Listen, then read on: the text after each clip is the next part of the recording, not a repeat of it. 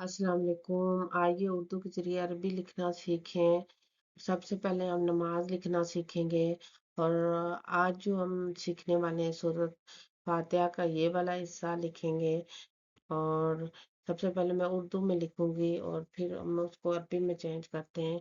जैसे कि आप दम लिखते हैं आप, और ये काफ जो है ये मैं आपको पहले भी सिखा चुकी हूँ। लिखना तो आता है, ये अरबी ज़ुबान का लफ्ज़ है जिसका मतलब है आप या तुम।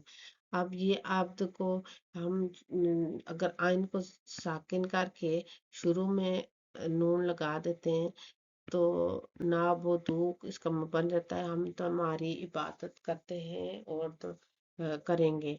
तो ये हम इसको थोड़ा सा जोर डालने के लिए जब काफ को शुरू में ले आते हैं तो इसका मतलब हो जाता है हम तेरी ही इबादत करते हैं। और ये जो काफ है ये अटैच है, अटैच किसी चीज के किसी भी लफ्ज के साथ अटैच होके आता है तो फिर ये अकेला नहीं है, तो इसके साथ हम या लगा देंगे तो लिखा ईया का नाब्दु, हम तेरी ही इबादत करते हैं।